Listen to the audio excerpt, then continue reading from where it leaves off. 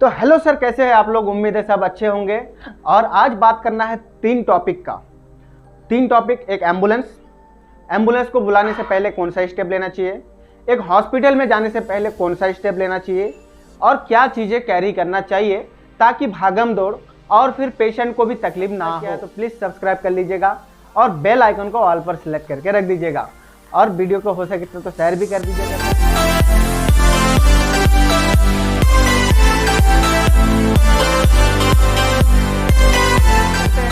Topic की तो पहला टॉपिक आप एम्बुलेंस का है।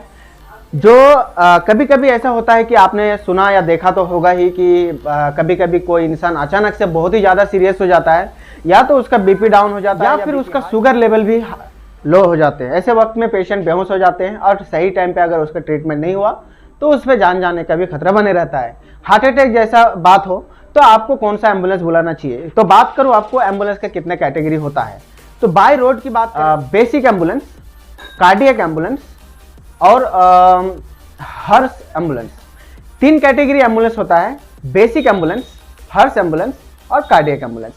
तो आपको इमरजेंसी में कौन सा एम्बुलेंस बुलाना चाहिए, नॉर्मल टाइम पे कौन सा एम्बुलेंस चाहिए और अगर किसी की मृत्यु हो गई है तो उसके लिए कौन सा एम्बुलेंस चाहिए। तो प्लीज़ सर आप ध्यान से मेरा वीडियो को देखिएगा। मैं बात करूं पहला टॉपिक की, तो बेसिक एम्बुलेंस। बेसिक एम्बुलेंस तब बुलाया जाना चाहिए जब पेशेंट बिल्कुल स्टेबल हो, बात कर रहा हो, रिस्पांस दे रहा हो, आपका हर सवाल का जवाब भी दे रहा हो, तो आप बेसिक एम्बुलेंस बुला सकते हैं। बेसिक एम्बुलेंस बुलाने का मतलब ये होगा कि पेशेंट को सिर्फ ट्रांसपोर्टिंग करना है, एम्बुलेंस का जरूरत है ना कि कोई इमरजेंसी बात। अगर इमरजेंसी बात आता है तो आप करते हैं कार्डियक एम्बुलेंस की। कार्डियक एम्बुलेंस कब बुलाना चाहिए, क्यों बुलाना चाहिए? जब पेशेंट कोई रिस्पांस ना दे रहा हो, आप उनसे कुछ बातें नहीं कर रहा हो, पेशेंट कोई बात हिलना डुलना बंद हो या फिर हार्ट अटैक जैसी बात हो जाए, तो आपको कार्डियक एम्बुलेंस ही बुलाना चाहिए। बिकॉज कार्डियक एम्बुलेंस में डॉक्टर होता है, आईसीयू का जो भी एक हॉस्पिटल में आईसीयू में जो भी मशीनरी रहते हैं या फिर वेंटिलेटर वगैरह एवरीथिंग, वो एक कार्डियक एम्बुलेंस में भी होता है।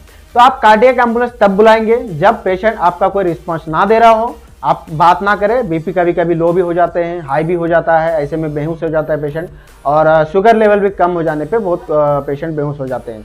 और बता दूं आपको कि कार्डियक एम्बुलेंस में आपको थोड़ा बहुत चार्जेस हो सकता है, थोड़ा सा चार्जेस ज़्यादा लगेगा, पर उसका बेनिफिट भी बहुत है। बेनिफिट ये है कि इमरजेंसी में आप एक पेशेंट को अगर एम्बुलेंस में लेके जाएंगे हॉस्पिटल, तो वो जो टाइम है एक कार्डियक एम्बुलेंस में बच सकता है। कैसे कि वो कार्डियक एम्बुलेंस एक चलता फिरता आईसीयू आपके घर तक आ जाएगा और पेशेंट को इमरजेंसी ट्रीटमेंट दे देगा।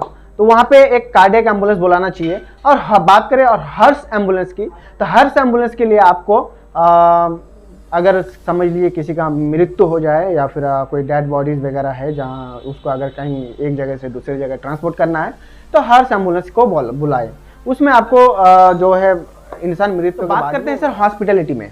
हॉस्पिटलिटी में आपको क्या चीज़ करना चाहिए, ऐसा क्या क्या चीज़ें कैरी करना चाहिए ताकि आपको तकलीफ ना हो, ना ही पेशेंट को तकलीफ हो।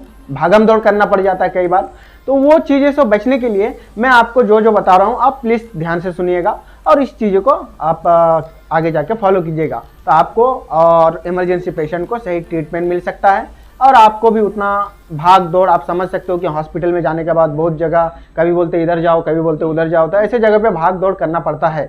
लेकिन आप पहले से अगर सब कुछ तैयारी करके जाएंगे तो आपको वहाँ पे भाग दौड़ करना नहीं पड़ेगा। अब बात करते हैं प्राइवेट हॉस्पिटलों की। तो प्राइवेट हॉस्पिटल में अगर आप जाओगे पेशेंट लेके इमरजेंसी, अगर इमरजेंसी केसेस या फिर नॉर्मली बेसिक एम्बुलेंस में भी आप जाते हो, तो सबसे पहला काम है कि अगर उस पेशेंट को, जो पेशेंट को आप लेके जा रहे हो, अगर उसका पहले का कुछ हिस्टोरिकल ट्रीटमेंट चल रहा था, उनके पहले से ही कुछ अगर इलाज चल रहा था, तो वो फाइल जो है वो आप जरूर कैरी कर लेना। और पेशेंट का डॉक्यूमेंटेशन जो भी है, आधार कार्ड वगैरह बेसिक डॉक्यूमेंट्स, वो भी आप कैरी कर लेना। तो प्राइवेट हॉस्पिटल में क्या होगा कि बता दो आपको, इसका बेनिफिट ये होगा कि जब पेशेंट इमरजेंसी जाता है, कोई भी हॉस्पिटल में हो, अगर जाता है तो डॉक्टर सबसे पहले उसको ट्रीटमेंट करने से पहले उसका कुछ पुराने जो ट्रीटमेंट चल रहा था या फिर नहीं चलता है तो कोई बात नहीं, अगर वो पहले सही रहता है तो आप डॉक्टर को बता सकते हैं कि इस तरीके से हमारा पेशेंट जो है सही था, बिल्कुल ही अचानक से ऐसा हो गया है। अब इमरजेंसी कंडीशन में, तो वो उस हिसाब से ट्रीटमेंट करेंगे। बट अगर आपके पास पहले से कुछ ट्रीटमेंट चल रहा था और वो इमरजेंसी सिचुएशन आता है और आप फाइल लेके जाते हो, तो डॉक्टर वहीं से उसको 60 से 70% वहाँ पे ही समझ में आ जाएगा उनको कि ये किस वजह से इमरजेंसी केस बना, या फिर ये इमरजेंसी बात आखिरकार हुआ क्यों। तो उनको वहाँ से समझ में आ जाता है, तो आगे जाके वो फटाफट से वो उस हिसाब से ट्रीटमेंट देता है और उसका जल्दी से जल्द मतलब रिकवर करने की कोशिश होता है। तो वहाँ पे जारी रहती है डॉक्टरों की। तो बात करते हैं कि आपको अगर गवर्नमेंट हॉस्पिटल में जाना है, तो आपको बता दूं कि गवर्नमेंट हॉस्पिटल में क्या होता है कि आजकल क्या है, आधार कार्ड वगैरह तो व्हाट्सएप में फोटो करवा की फोटो वगैरह जो है आप मंगा सकते हो। बट गवर्नमेंट हॉस्पिटल में कई बार आपको जेरोक्स नहीं मिलता है, वहाँ पे जेरोक्स देना रहता है, लेकिन वो चीज़ आपको मिलेगा नहीं। तो वो आप क्या करोगे, आप उस पेशेंट का डॉक्यूमेंट का, अब बाहर से ही हो या घर से ही हो, आप उसके साथ 2-3 कॉपी जो है आप साथ में कैरी करके जाएंगे। सर टॉपिक नंबर तीसरा जो है ये है कि हमारे जो हेल्पलाइन एम्बुलेंस सर्विस है दिल्ली, मुंबई, पुणे, बेंगलोर में सर्विस प्रोवाइड करती है। और हेल्पलाइन एम्बुलेंस सर्विस ने 12,000 पेशेंट को कोविड के टाइम पे बिल्कुल फ्री ऑफ कॉस्ट सर्विस दिया है। आप गूगल में गेट हेल्प नाउ करके सर्च कर सकते हैं। और दूसरी बात है कि अगर आपको हमारे एम्बुलेंस बुक करना है, अगर इन सभी लोकेशन पे आप रहते हैं, तो आप हमारे एम्बुलेंस बुक करने के लिए 8822 पे कॉल कर सकते हैं। और आप कह सकते हैं कि मैं मजहर का वीडियो देख के कॉल किया हूँ यूट्यूब से, तो आपको कुछ पैसे और भी। मेरे चैनल में नए हो तो प्लीज़ आप मेरे चैनल को सब्सक्राइब कर लीजिएगा। आगे जाके हम पेशेंट को किस तरीके से ट्रांसपोर्ट करते हैं, अलग अलग एम्बुलेंस में क्या सामान होते हैं, और भी हॉस्पिटल के रिलेटेड आपको जानकारी मिलते रहेंगे। मेरे यूट्यूब चैनल को सब्सक्राइब कर लीजिएगा, बेल आइकन को दबा दीजिएगा और हो सके तो शेयर भी कर दीजिएगा।